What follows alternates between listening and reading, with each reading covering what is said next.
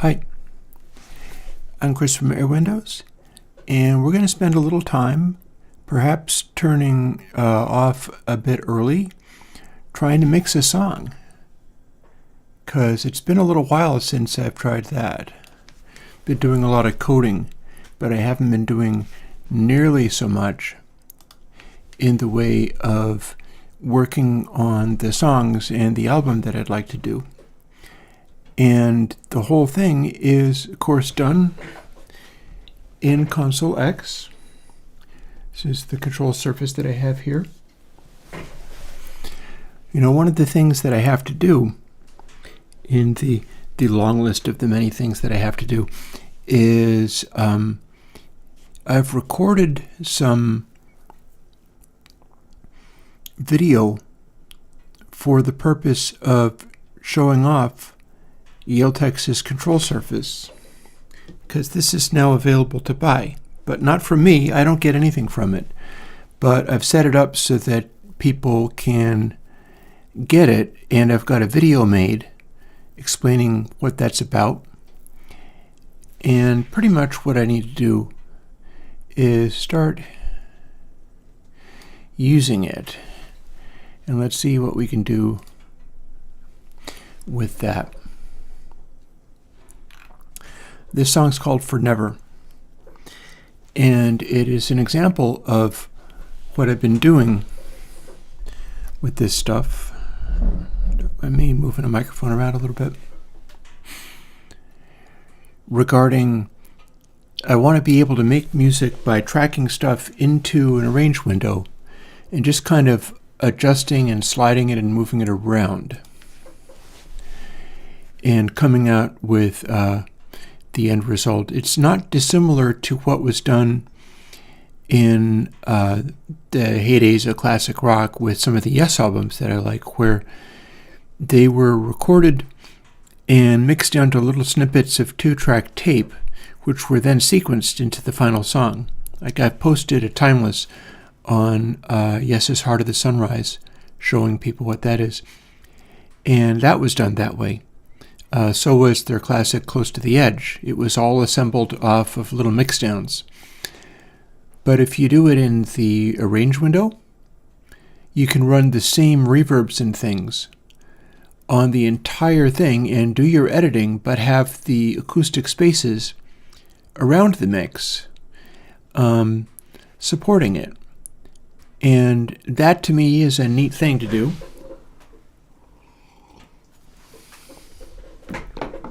It also suits me to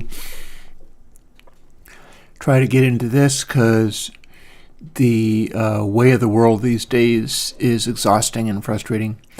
Honestly, it's not even so much front page news at the moment. It's that I have, there's this blog that I've posted at for, must be like 10 years. And it's turned kind of toxic. Nobody knows what to do about it. I think it's being smothered with trolls. And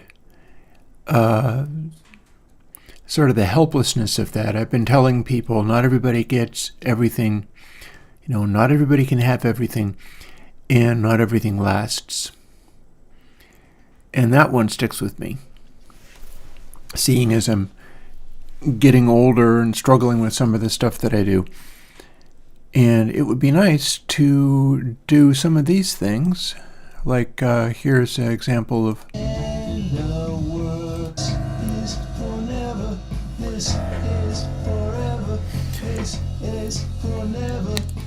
Now, I've basically undone the mix of this, but not the tone control stuff.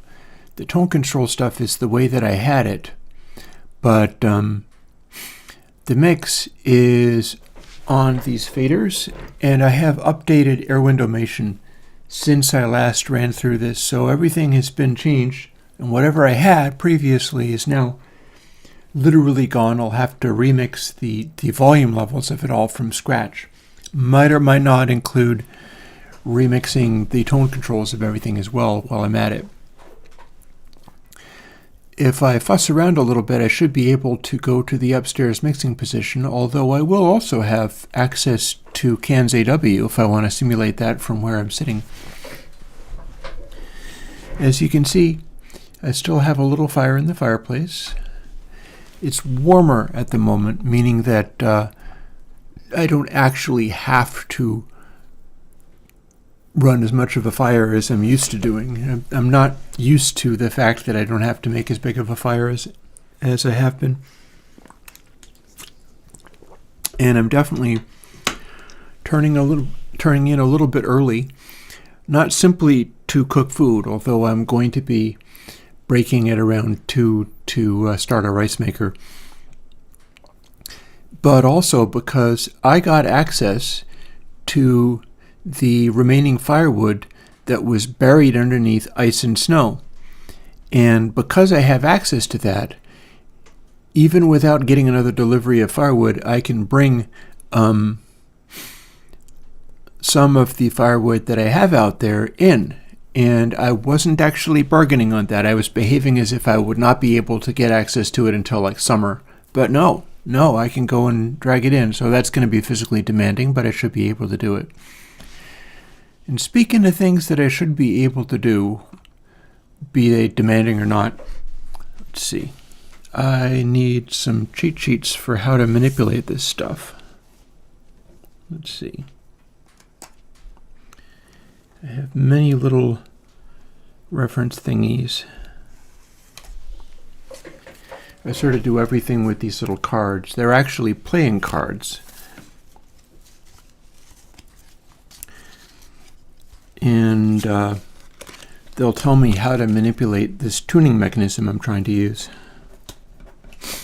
And this one is notes for me on how to dial in my new guitar tone, which uses the ISO cab that I built. There's an old video that I made about building that ISO cab. It's a strange, unusual design, but I'm quite happy with it in many ways, except for that it seriously lacks low frequency extension. It's like a Fender Champs size low frequency extension compared with wanting to get like Marshall Stack size low frequency extension. So I got this DI thing that you put between the amp and the speaker, and I'm now running that, and I have these details on how you set Golem to balance those two inputs and get a desirable output, which I dialed in using Airwindows meter.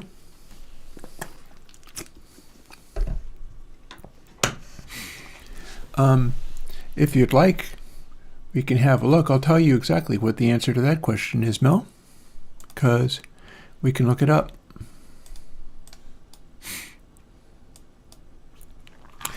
My computer is big enough to run many things at once, and so we'll do that.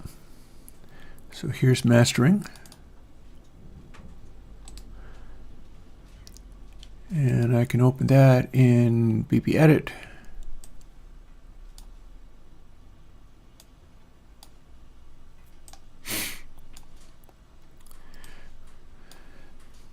Hey Fotis, so here is the code for it. So what kind of saturation exactly? That might be a complicated answer, but all to the good, I guess. It's variations on the zoom plugin. So we've got treble zoom, mid zoom, and bass zoom. Note that that is, and we do seem to have gain trims for everything. Note that that is multi-band saturation or anti-saturation. So here's our crossover, in which madness takes its toll, how much try to retain. And there's our crossover. And here's the zoom. So this is the answer to what kind of saturation this is. It literally is happening in here. So you're going to be talking about a addition rather than subtraction, I believe. So farther here is the subtraction, but closer is the boost, the saturation, the drive. I'm assuming you're boosting. If you're subtracting, then it's doing something else. Mastering is like one stage of zoom on each of these things. And I don't have a plugin of Destiny yet. Destiny is a famous political YouTuber. Maybe I should have a Destiny plugin. I'm not sure what I'd make it do. And what you mean is density. And it's kinda. So let's see, closer. You get a kind of boost. There's a hard clip involved. And base L times 1 minus base zoom plus sign closer times base zoom.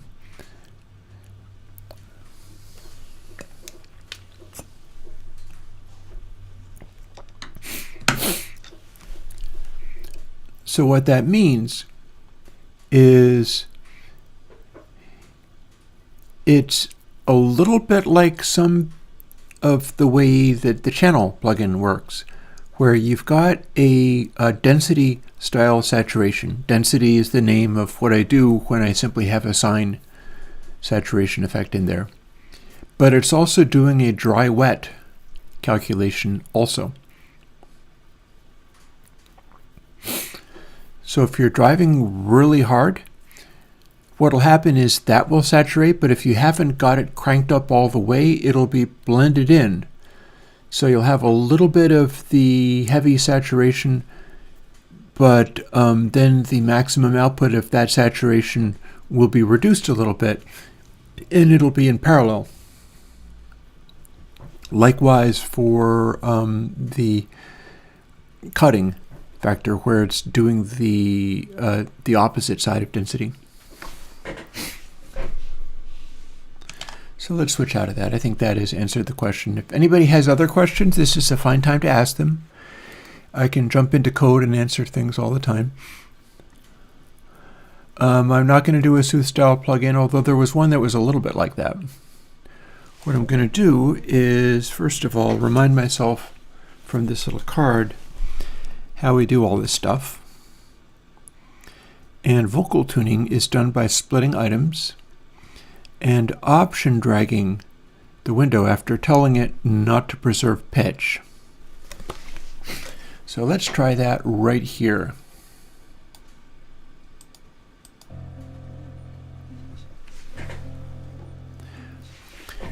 And it's on my pink fader here.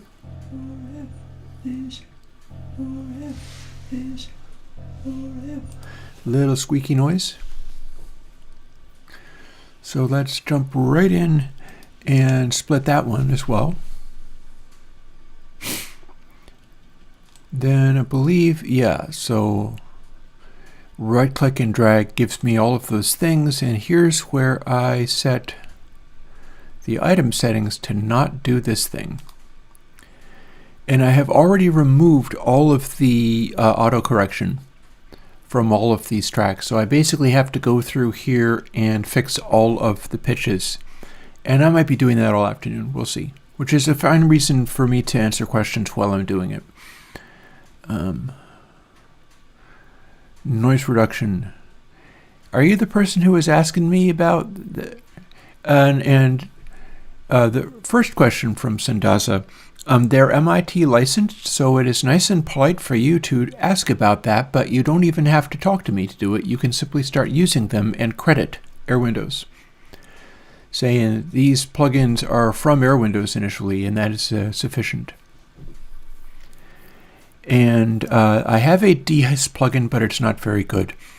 And somebody was asking me to do a denoise. I've got one of those in the works, but it's probably not going to be exactly the same.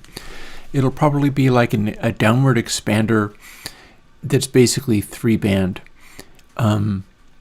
Because I was pointed to, can you make one like this, but by you? And it was a 5-band thing which didn't actually use FFT processing. So I was like, well, if you're not using FFT processing, I could probably do that. I'm not there yet with making the FFT processing, though.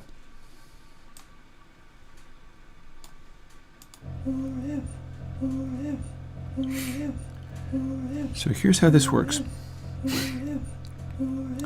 If I option drag, see the little thingy?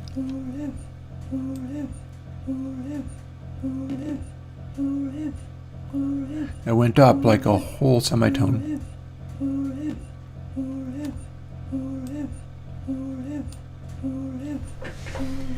And there's next to nothing else happening in this mix, so I only have that one piano as a reference for the pitch.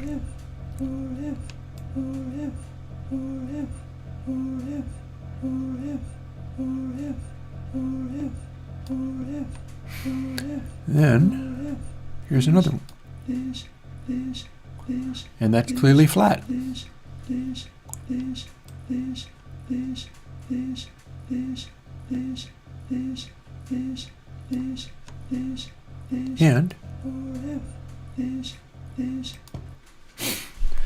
so yeah, I'm looking to be doing this for who knows how long. Here's a pitch thing here where there is a whole group of voices, and it's going to switch into having all the voices going, so I'm going to be muting these. Yeah, you're only hearing the output from the microphone. I don't have anything else. Or rather, maybe I do. Hang on. If I'm doing that, I might as well pitch it through, right? Let's find out. I'm going to see if I can enable SWB audio capture on OBS, as long as I have to do it in this grueling sort of way and spend hours fooling around with the voices. I wish to remix this song. I had started with it, and then I went and did Come to This, and that came out pretty good. And so now I'm going back and doing all of the vocals over again, but with my new form of pitch correction rather than retune. Rather than auto-tune, I'm changing all of the pitches like very speed control. And hopefully that'll be good. But first, let's...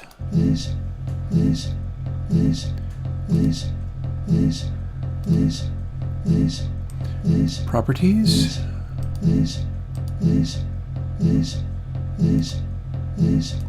Select. Out there. So as long as I don't have it too loud, we should be good. And let's zoom right in so I can manipulate this.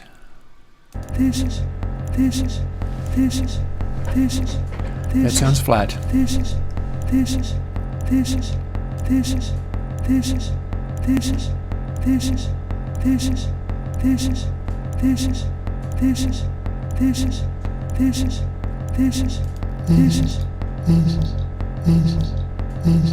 Wow, I don't know what that tune is even supposed to do.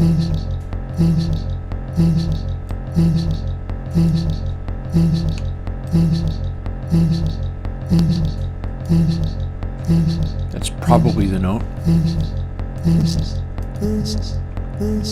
And that's flat.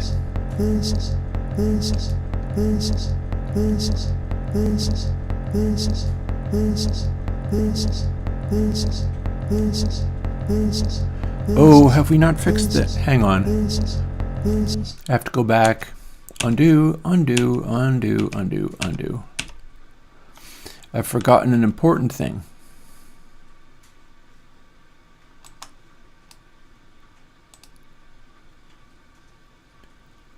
These all can't have that on.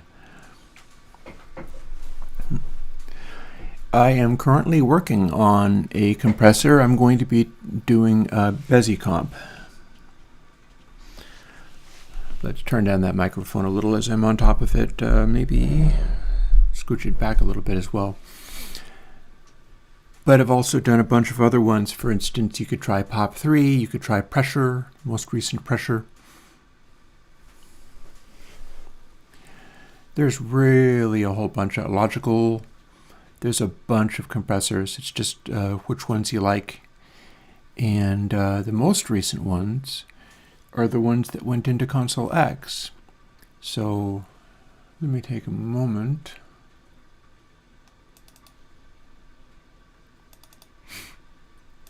See, if I go over to here, I can see what I've done most recently.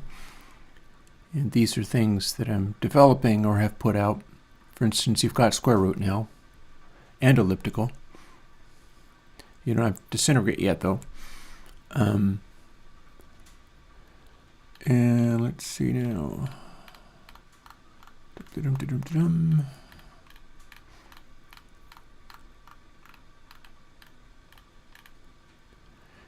Stonefire Comp is something that you could use, but that's a little intense. I'm trying to find what the one was that literally Dynamics, perhaps, something along those lines. So I know it didn't come out after the release. Many of these things are pieces that go into ConsoleX, much like the ones coming up are going to go into ConsoleH.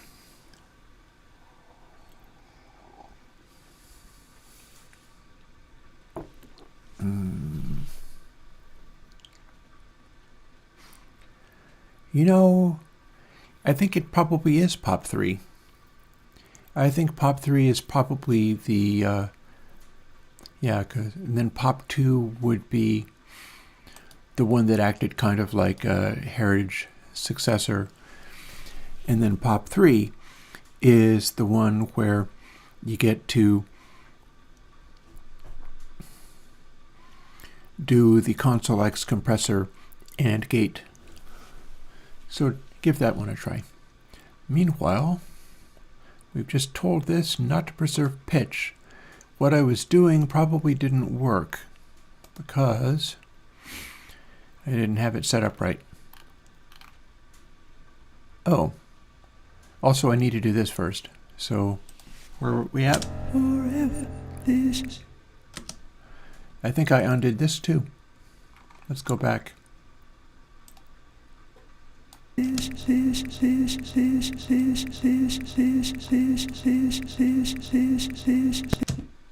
Yeah. So I was trying to skip ahead to fix the pitches of this, which has other voices, but there's also this stuff in here. I need to fix this. So let's go and do that. Well, that's a fair question. I mean, I enjoy using ConsoleX for stuff. If you want to go really minimal and not have a bunch of tone controls, you could do Console 9, which substitutes for ConsoleX. If you're looking for like darker and have some control over the things that are in your mix, you could go for, especially if you're running at 96K, you could go for Console 0 and just do most of your gains and things in other ways. Console 0 is an incredibly lossless way of combining tracks, but it's also very, very limited. Acoustica charge £200 for a clipper? Ooh, must be quite a clipper. All right, where are we at? This is forever. This is for never. This. So let's make these notes not be wrong. And let's see, how do we... I've got my little cheat sheet here. But it is not necessarily telling me how to move this stuff around. But I should make another cheat sheet as far as which things I hold down to use the scroll wheel and what happens. Split, split, split, split, split. When I get into the main stuff, it is going to be all split up already because it's comped out of a bunch of different tracks, making some of this go a little quicker. I've been putting this off because of how slow it is. So it's a fine time for answering people's questions, seeing as this is going to be laborious. Option and Command. Thank you, Antrave. I think Antrave was here during a previous stream, helping me remember the details of how Reaper works.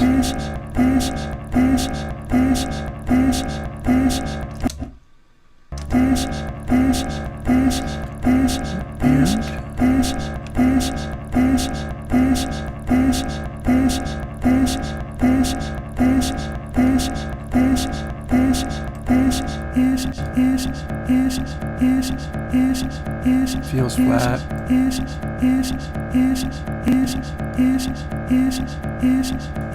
Forever.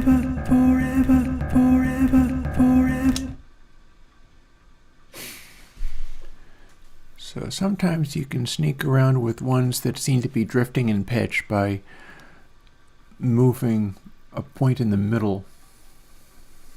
So let's see. This is forever,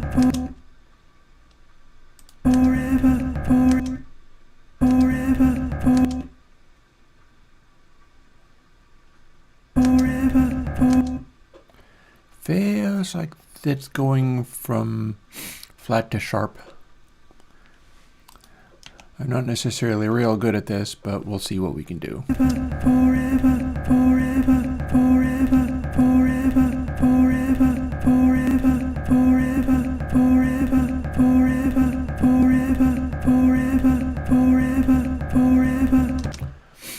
So that's not right, but it's drifted in the direction a little bit.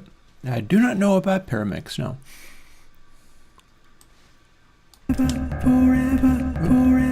on.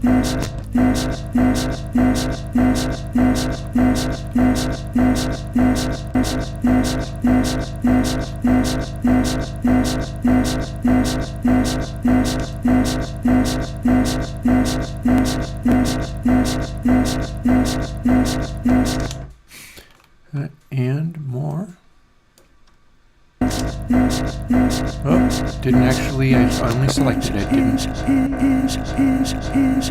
Ooh, okay, that one's really wild. I don't know if I'm going to be able to do much with that, but we'll see. Scooch it over so I can get some kind of handle on it. And then scooch it back with using the actual controls. That's sharp. That's starting out sharp. But we can manipulate that.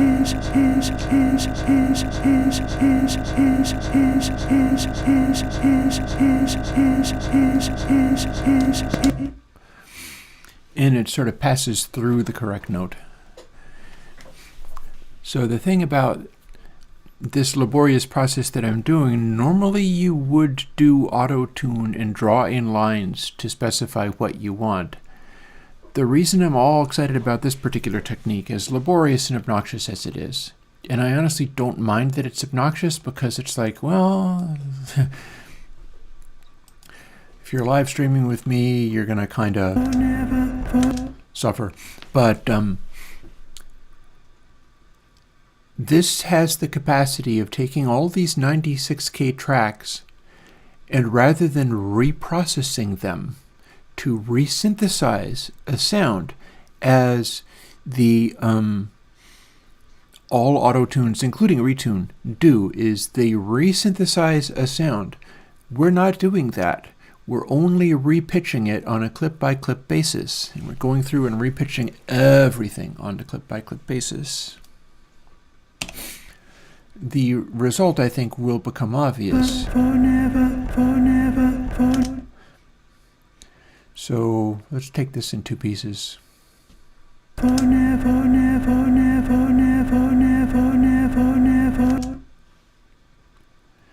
Feels flattish, maybe?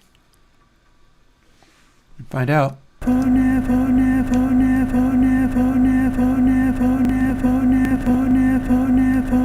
Oh, and I've messed up. I tell you what.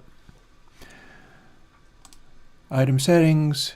It's not preserving pitch, and neither did the other changes I made. So let's go back and undo all of that.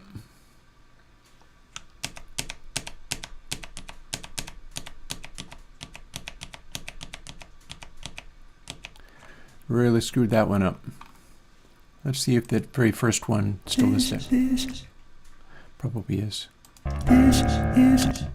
I bet I'll hear it much more clearly now. Tell you what. Let's zoom way the heck out and let's see if we can actually do this entire... I keep forgetting to do this. That's the problem. I keep forgetting to do it. I never claimed to be clever. What's the big deal? No biggie. Now everything is selected and we can turn on preserve pitch and then turn off, or we'll keep Oh, hello. Okay, so I must have too many things selected. Let's do something else. Okay, so that's not got preserve pitch on. Neither does that. Neither does that. But how about this section over here?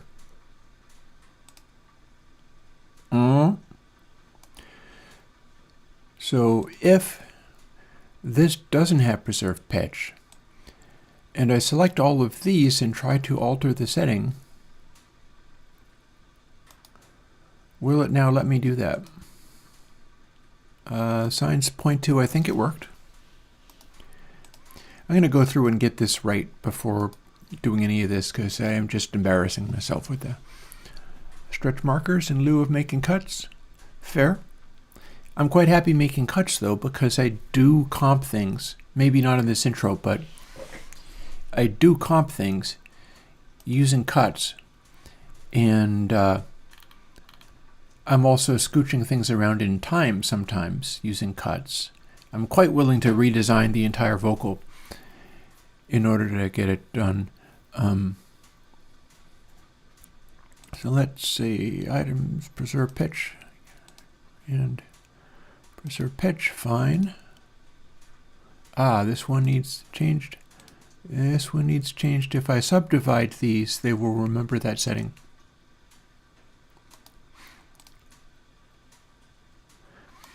Okay, so that part's going to be okay, and then we dive into here and we have all manner of nonsense, and it all needs to be updated.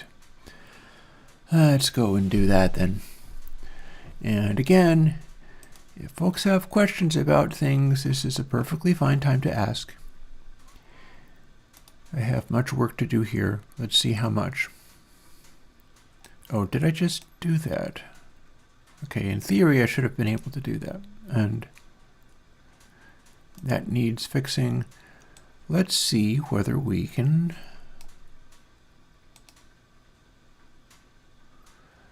it does not show preserve pitch now. But maybe it just let me shut them all off. I need to not see that preserve pitch when changing play rate, no matter what take I up. Haha. Found one. Did I sort it out? It's right here. It's where I left it.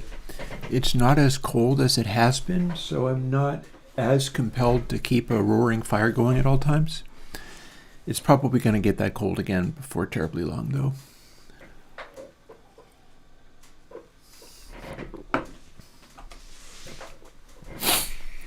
And I'm going to have to break a little bit early because I have a large amount of heavy-duty firewood carrying to do today. You probably can hear the fire in the back. It's not going very high, though. I have a large amount of firewood carrying, so I kind of need to cut off today. Let's see about this item setting. All right, that's not preserved pitch. I'm not sure what the rules are on what it wants. I just know that I want to go through and see this one. It is trying to preserve pitch, and I don't like that. Likewise for that guy. How about this one? No. How about take one of three? No. So this purple one here, maybe this one did not get updated. It wasn't up to the speed. So it looks like what's happening is when I select that, it is selecting only some things in. Maybe I can fix that. Yeah, I know I'd love to have a hotkey, but I'm not that smart, so I'm going to just have to do the best I can. Let's see. Scroll wheel, making it go wider and narrower. That wasn't it. How about command scroll wheel? Got there. And command shift scroll, nope. But I can move over here. In theory, if I drag the selection tool over all of this, then it will finally get it. in theory. Let's find out if that theory holds, shall we? There. So can we set everything, including these guys in purple that were not being touched before? There's another one. Oh, I don't...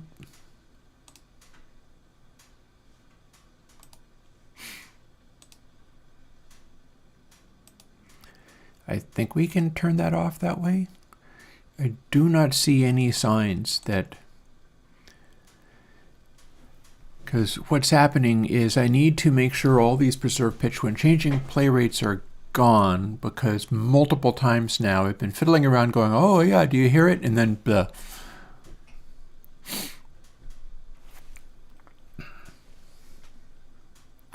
Calbless has an observation.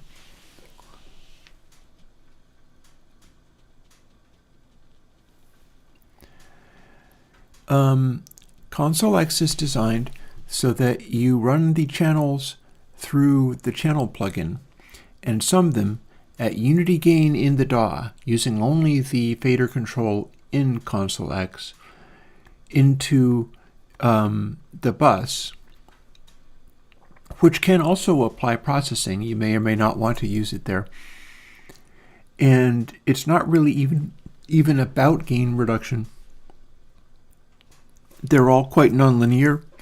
So it's like there is a bus fader control as well. You just set it up until it does what you want. There's kind of no correct answers there. And as far as the bringing the wood from far away, that would be awesome, wouldn't it, if I had to go off into the forest and drag trees back on my back, like the guy in the Led Zeppelin album cover. And no, that's not how that works. I go to a local place which is able to not only cut up and make the firewood, but also kiln dry it. And they drive this enormous truck and dump it in, like, at the back end of my driveway. And the truck barely fits in as well. It's terrifying. I'm always a little worried that the truck is going to clip the wires and, like, remove my power and internet access. So far, they have not. So yeah, a dump truck full of kiln-dried firewood gets dumped basically on what passes for my lawn, because the area where the firewood sits never ends up growing any grass or whatever. It's just mud and wood chips at this point. So that's how that works. So let's see. We were going through and spot checking some of these things. If I don't have them all selected, then look at that. Ha. I never did manage to figure out how to put a hotkey on that. See, I had them all selected, and then guess what? Select all of them, and it did not honor my observation on preserving pitch. Looks like I have to go in one at a time or something, which is unpleasant, but as long as I can get the results I want, it seems good. And these purple ones were not getting the message. So let's go through, and perhaps these ones are okay. It's a pity they can't show it in some way. This is going to make everything even slower. What are you going to do? It just is. It is what it is. There, we change you. Because it's catching me out every single damn time. Like, I can't even begin to get into this track because I'm doing all the corrections on vocal tracks and they're set to preserve pitch. It's maddening. So anyway, let's see about this other one over here. How about you? Do you have any weird settings on? Sure do.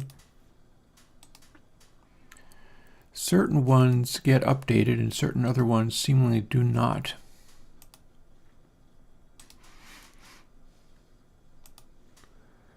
And it looks like these guys down in the bottom of the screen are the ones that aren't being updated, whereas that was, and this one in number 3 here was. And this one in number 2 was. And this one in number 1 was. So it's like the bottom ones aren't getting the message. I could go to show action list, yes.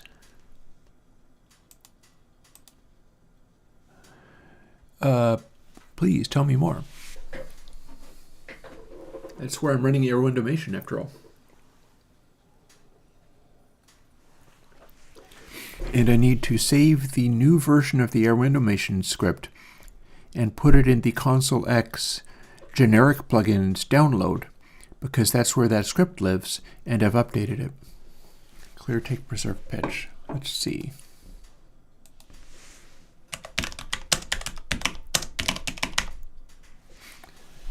Interesting. Let's see. What do I have that would...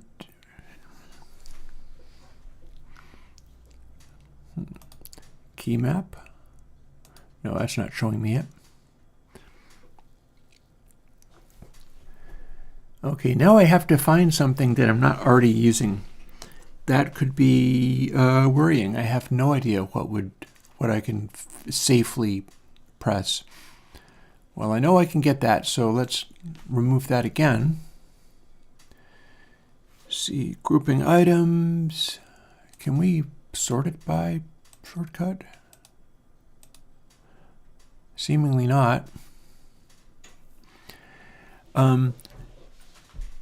You have to download the one from that. I had somebody talking to me earlier about that. You have to download the one from GitHub. Go to add and press add. Okay. Very good. So there we go. I knew I could do that. I don't know how to find out whether it's safe to do that. A lot on the right-hand side. Right-hand side, eh? Well, let's see.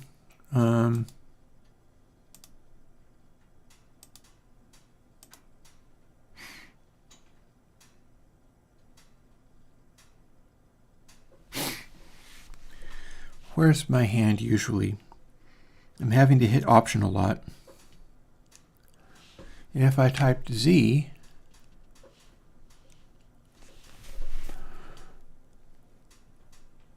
is it telling me whether that's clearing the thing and whether that's overlapping with anybody else's keyboard shortcut?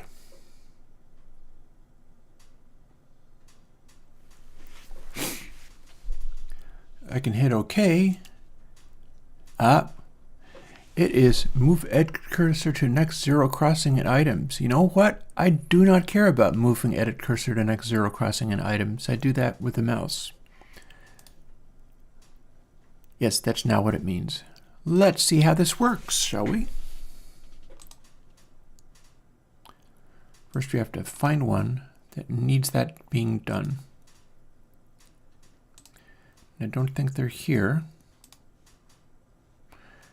but we might be able to find one in this section. Such as here. Z. Got there. Thank you. It worked. It worked. The question was really, am I breaking something else? Ooh. Let's see what that does. So far so good.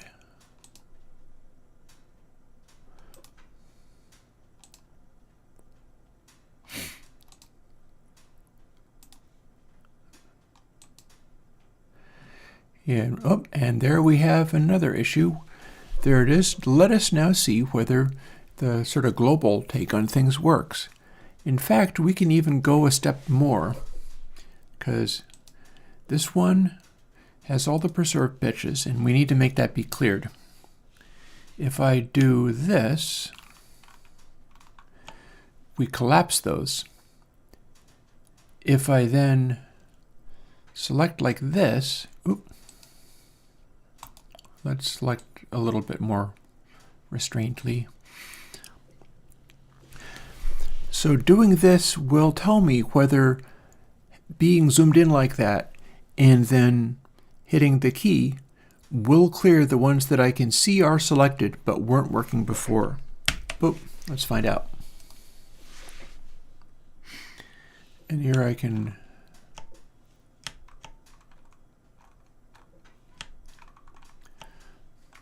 zoom in just a little more. Did it work? That time it did.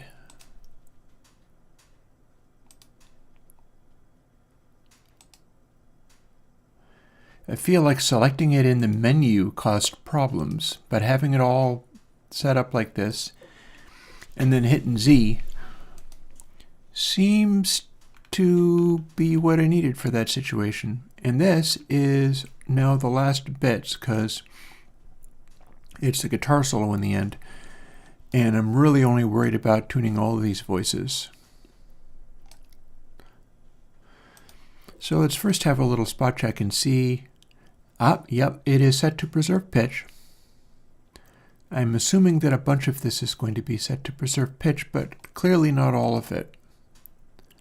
Some of them.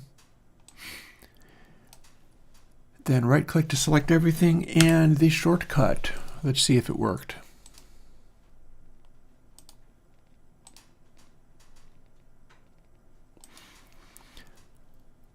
Lovely.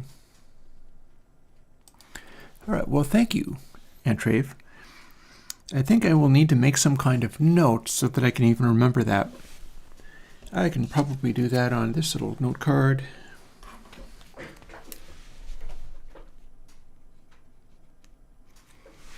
Except for I need to run and get my Sharpie marker. Tell you what, I'm going to run and get my Sharpie marker and make a little note on this note card and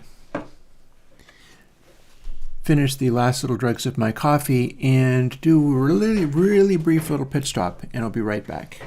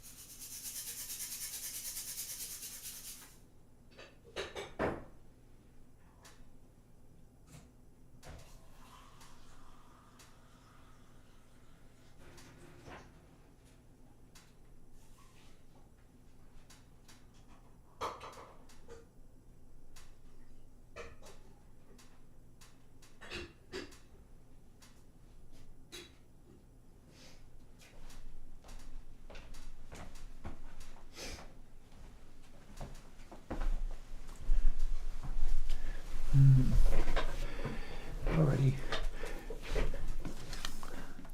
Oh, that's interesting.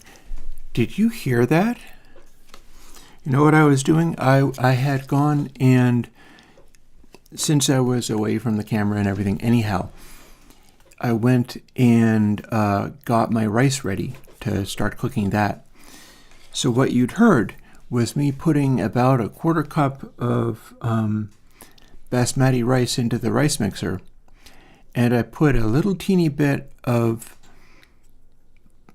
this kind of truffle oil that I can get, just a drop or so of it, and I put the top on and I go chicka chicka chicka chicka. Did you hear that? That is actually fascinating that this microphone is so good that you could hear that. But yeah, deep background right there. And then I started it up, so my rice is going to be cooked. But I think we're ready to actually start doing this thing rather than just be stuck talking about it. Is for now. But that's going to have to be chopped up into lots of little pieces. But no matter. One thing at a time. We can squinch this up. You did hear it. Wow. Okay. This is a Rode microphone. I feel like it's NT1. It doesn't say what it is. It's one of those Rode large diameter condensers. The reason I got it was because it has incredibly low noise. And that works out pretty well in situations like this when I'm doing a live stream. I can take advantage of the camera having a very good mic preamplifier, but when I was using the lavalier mic, that has way higher self-noise than the big one. Cool. Cool, you guys hear really well.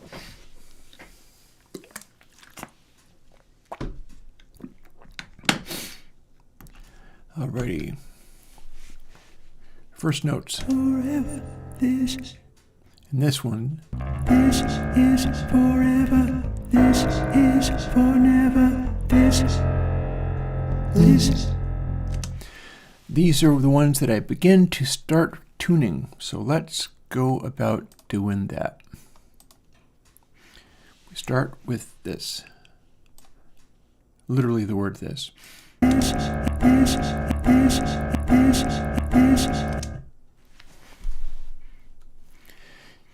I feel like maybe that's flat. It's not a steady pitch. But I don't have a way of fixing the steady pitch because none of this is actually reprocessing any of these. I'm only clip changing. Let's see what we can do.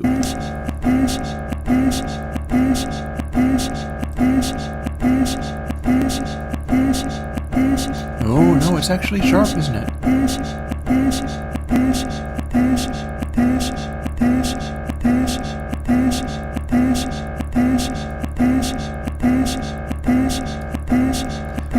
It's not going to be good. We'll just move on.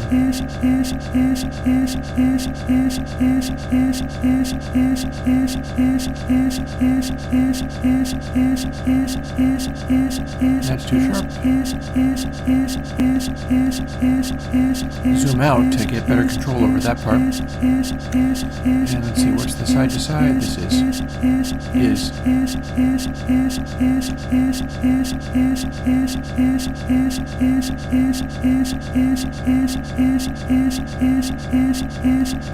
Here we go.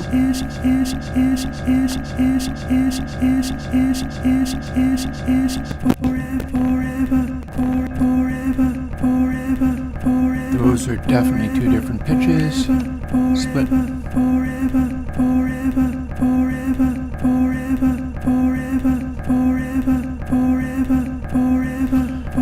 Maybe that's sharp.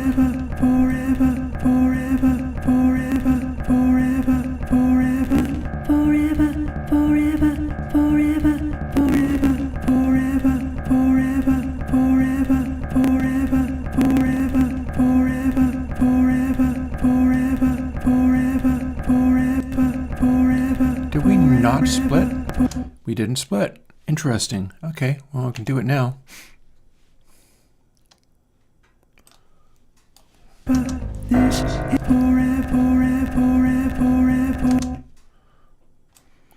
Again, all the pictures are very wonky, but I'm trying to scooch them in. The piano sounds, if I am not mistaken, are coming from a Kurzweil micro piano. In fact, I am pretty sure that's what it is. It is definitely not the ASR-10.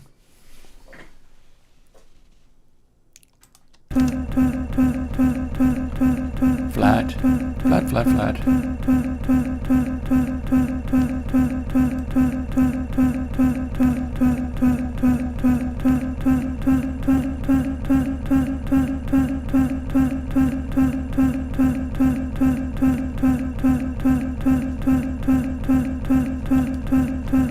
So about 21 cents up, and that suits.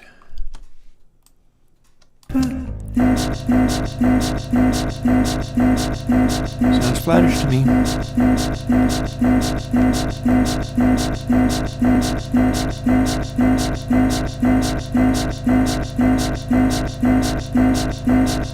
Good enough. Fa fa fa fa fa. Okay, let's keep going. And if I click here, I'm not actually moving the loop point. I'm sure I don't have good musical hearing, but I can get it closer when I zoom in on the details. For instance, and that's the whole point, is that I'm going to do the entire track, all of this, in that old school of a way. Because when I do that, I can do a little auto-tuniness, but nothing ever gets reprocessed. It's all the original tracks. Just all the little clips get reprocessed, and I cannot hear it until I zoom in real close like this. And that's sharp and then flat. It's right across the note. So what I do is I find something that seems likely. Too flat.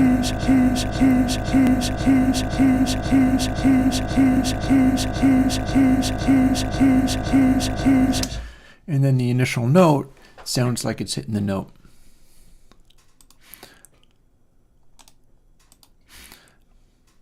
And then one more. If I click just a little lower than that, what ends up happening is I'm selecting something, but you don't actually loop it. That sounds flat, maybe?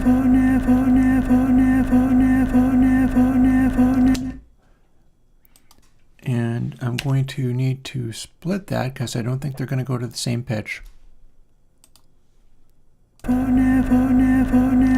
Yeah, it sounds flat. Option drag.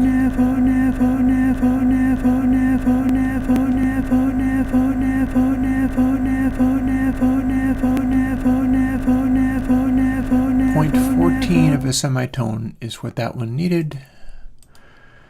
And again, it doesn't ever go to the actual notes, but I want it to swoop by all the correct notes as it goes.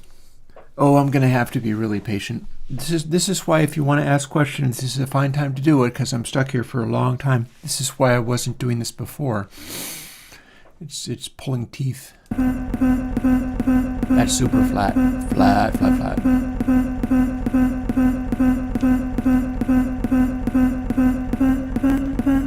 Now sharp.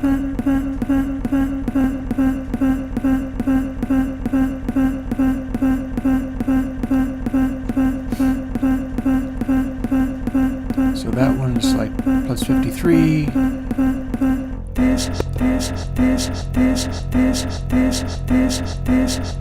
And that sounds almost sharp.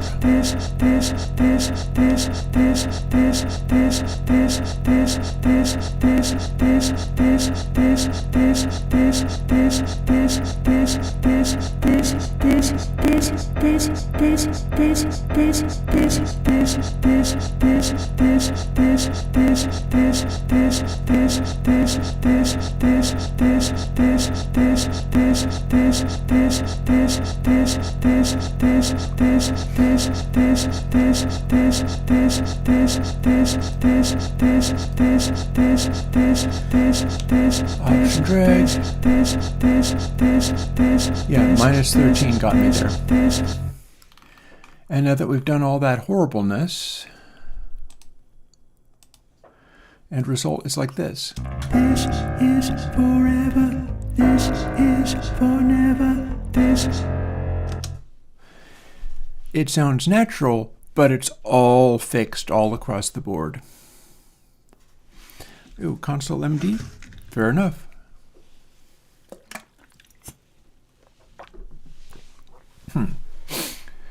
Interesting. Shift double left click A. Let's find out. I wonder whether it's going to do that. Firstly, let's see whether it does it. Well, I can select that way. If we have this section and it's doing a loop, and then I do what you tell me, hold Shift and double left click A. So Shift and not a right click, a double left click. It's not moving the loop points, but it is selecting the bit. This.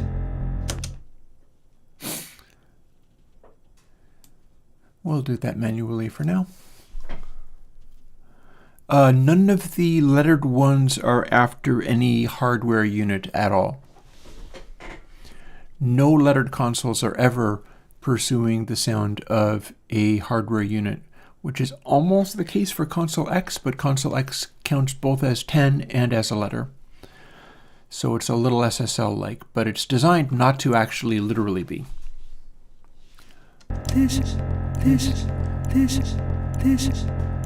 Feels sharp to me. This.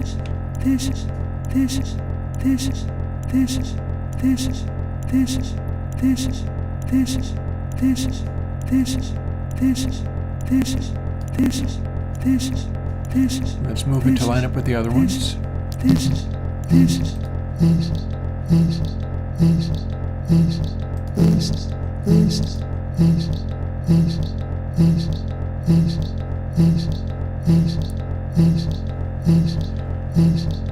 Maybe that needs to be flatter.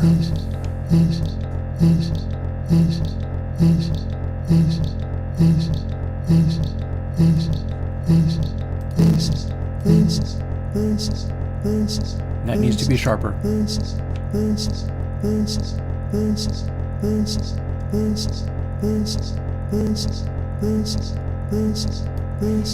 And then when we have all of them,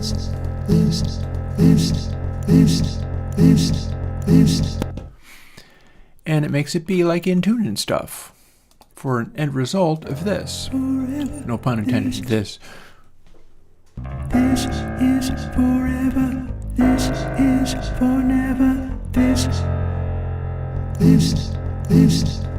Oh no, I still have it looping. Okay, let's stop it looping.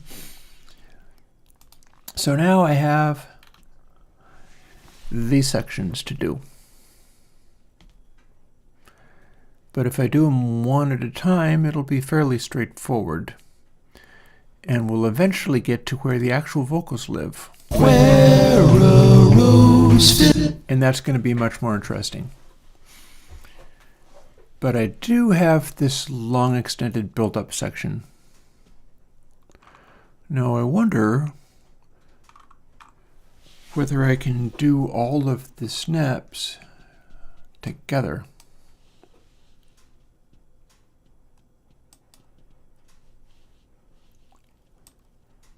Oh, don't need that. It keeps trying to make that. That's not what I wanted.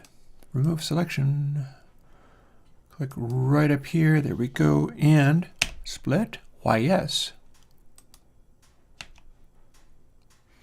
This will save me a little time. Remembering if they're in the wrong place, I can always just scooch down to where it is doing this and then move that one intersection to where it needs to go.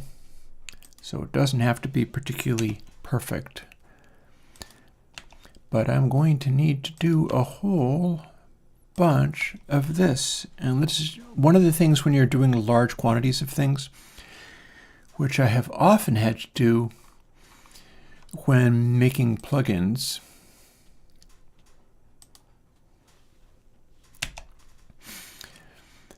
is coming up with ways of repeating repetitive actions and moving fairly quickly with them. So that's what's going on here, is I need to just crank through all of this, and then I can start going on a track-by-track basis and just rapidly tweaking everything as I go along. Hopefully it won't take that long if I'm quick about it.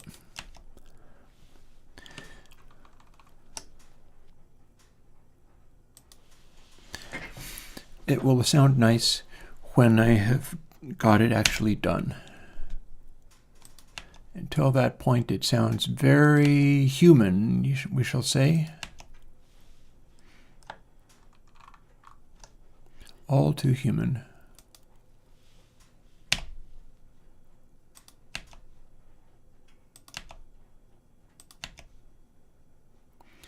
I believe I have multiple notes there.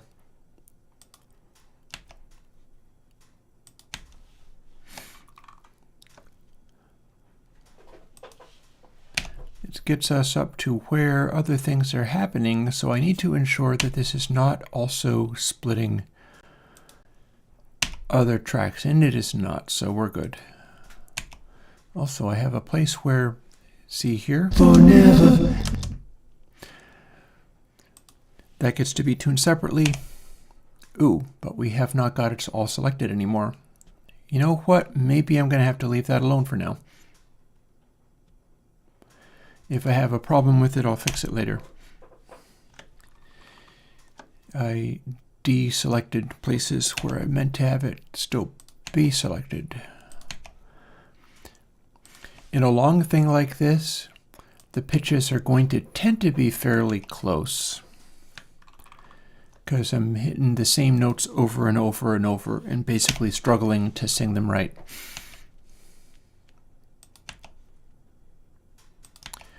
You know, one of the tricks I look forward to using in future recordings is double tracking and doing this in double tracked vocal, because what my stuff is made of now is comping, and I'd rather not do that. I'd rather not lean so heavily on comping and just have multiple parallel tracks, because where things are at now, I can stack up as many multiple parallel tracks as I want, and Airwindows will handle keeping them all at basically the same volume level, the correct volume level. And that is so convenient that I'd rather do it that way rather than comping. It's more like what you got in the early 70s also, whereas the comping and punching in individual words is like late 70s and 80s. And I'm not as thrilled with the sounds of that, with certain exceptions.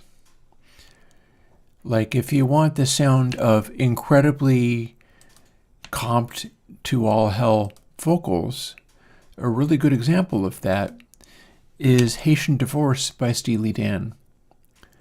That one sounds like every word was sung separately. And it's a neat little vocal. It's a great little vocal, but it really sounds like every single word was punched in. Because it's a tricky vocal.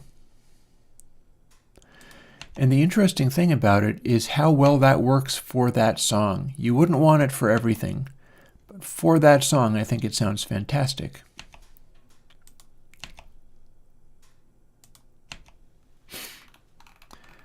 And here we are.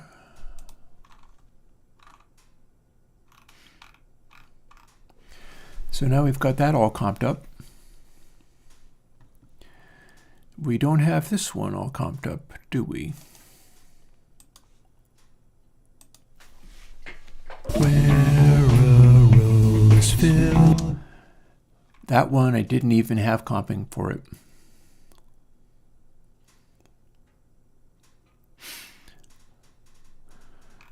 Parallel method. I don't know what you mean, but I'll happily answer you if I figure it out.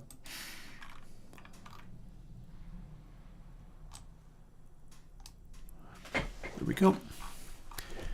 Back to the grind. With luck, we can get all of this done. So S for split, very good. Wouldn't it be neat if I had the ability to... Oh boy. Arrow keys are letting me scrub. That's hilarious.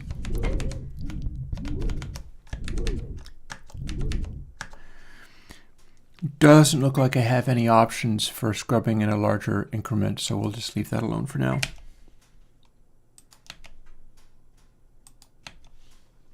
I didn't realize that you could scrub like that.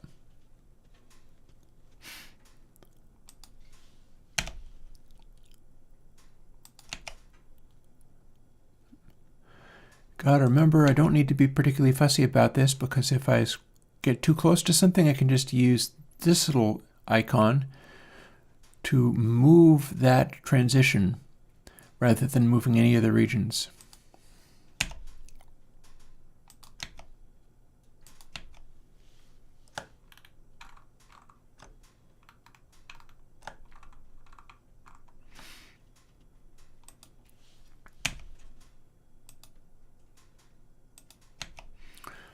I'll fuss a little bit. I don't need to fuss, I'm just naturally fussing.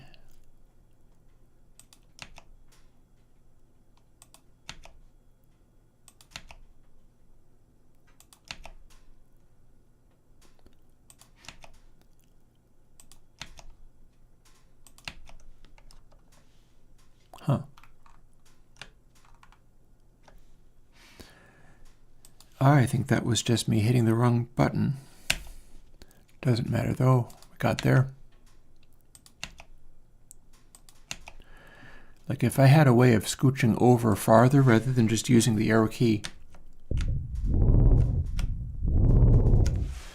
and effectively dragging the tape across the head like this.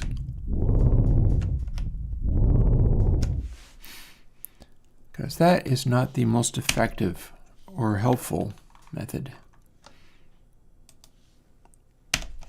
But no matter, as long as I get there in the long run, that's kind of the important thing. And I feel I will. I'm just like splitting all of these together. Oh, hi, why did you split? Not that it'll hurt. I don't have to manipulate that way. But why did you split?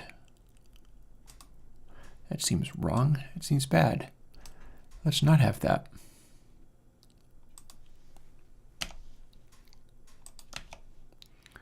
I doubt I even need to put it back because I'm not going to be meddling with the pitch on those, but all the same, disconcerting in a not pleasant way. Split.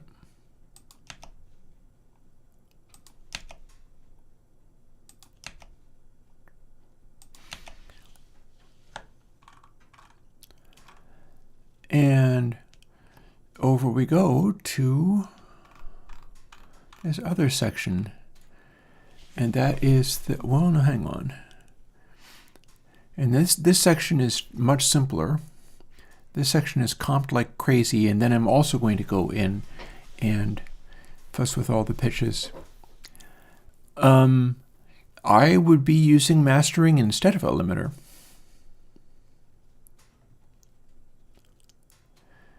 That said, if we were putting a limiter on, since mastering uses a dither, you should use it last.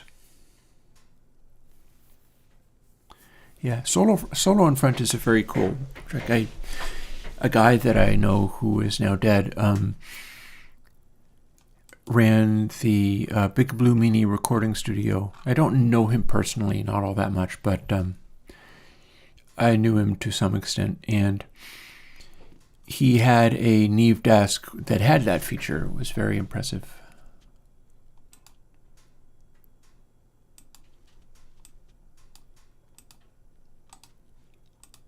Remove that selection. And we've just lost the Great.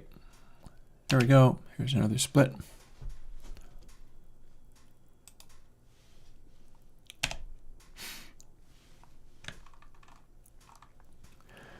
And I'm going to jump in here and sort of split a bunch of stuff willy-nilly. I can get more granular as I go, but I want to run in and pre-split a bunch of this stuff. And I'm going to have an eye for where it's split above, because that's probably a good sign as to the granularity that I can use for this.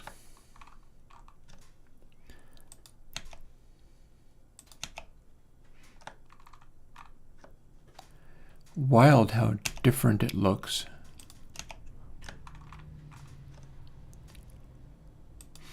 And a split there, and a split there. That's also, I've got two different splits here in different places. If I do this, maybe I'll get a result. I don't know what the heck I was doing with some of this stuff. But that's the glory of the DAW, is you get to do all manner of stuff in a very granular way. And this is a low voice, so it probably needs a lot of help. And then there's this section, and then back into here.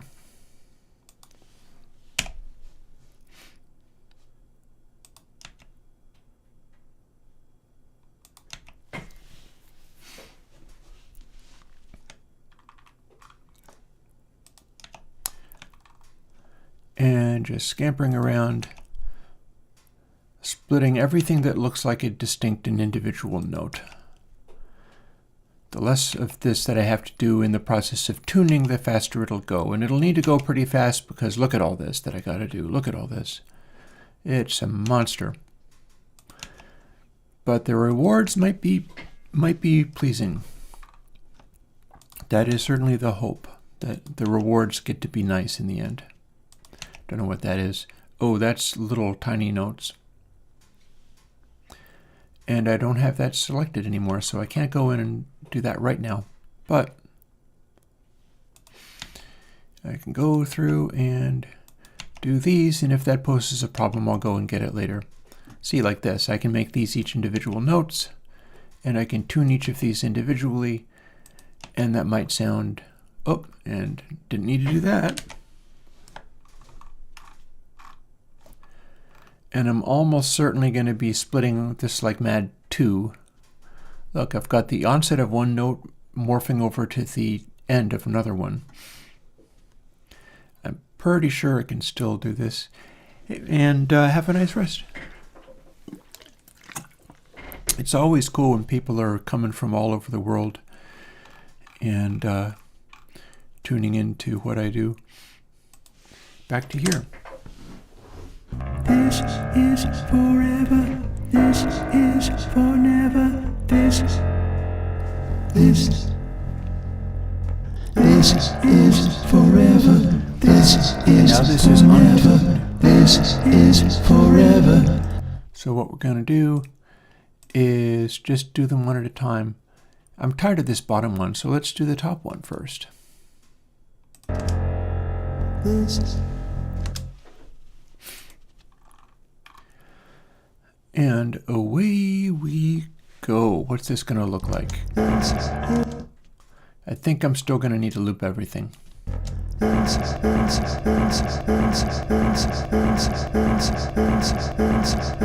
to be sharper. Too sharp.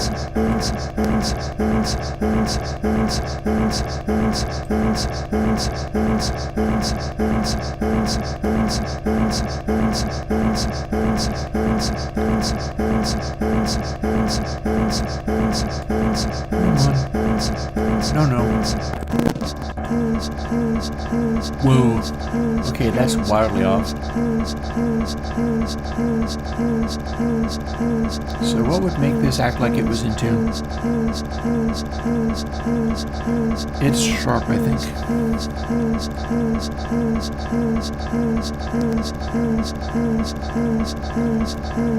Yes, the last bit of the note feels like it's a note.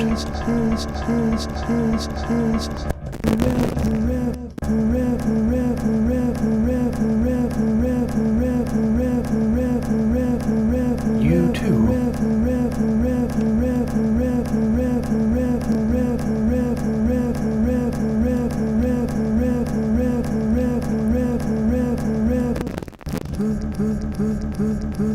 And you're flat.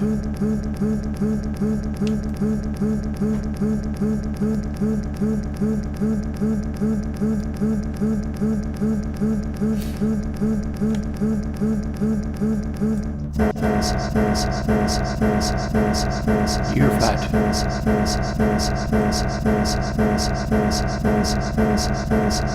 Oh, let's do it in the other direction.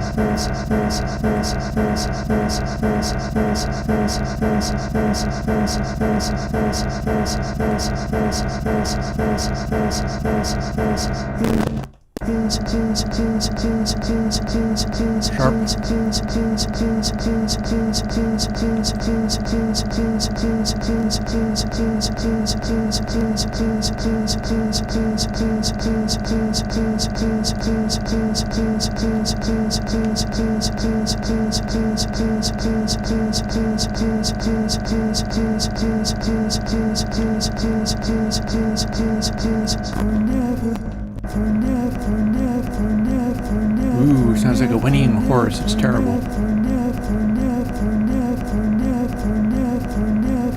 Let's split it up even more.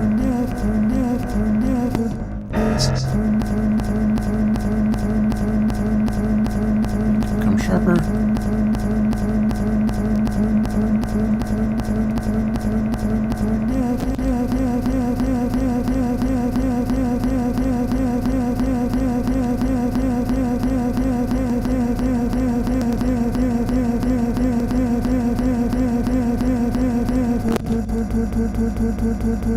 Ooh, super sharp. So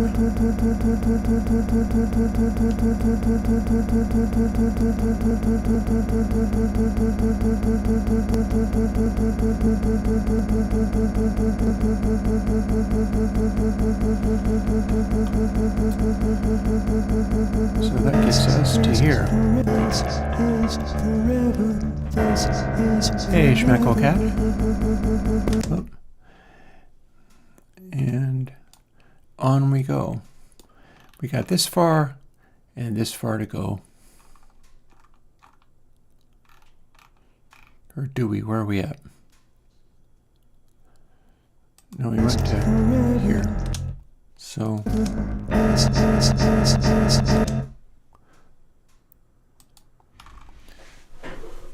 this one.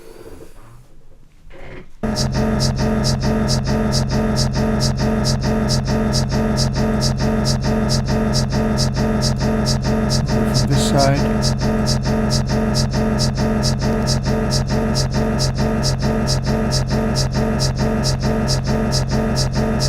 You do whatever you want to, Mel. Doesn't really matter.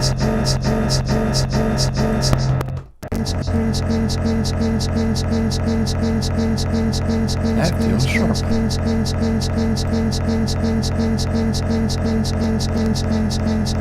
Yep, it was sharp.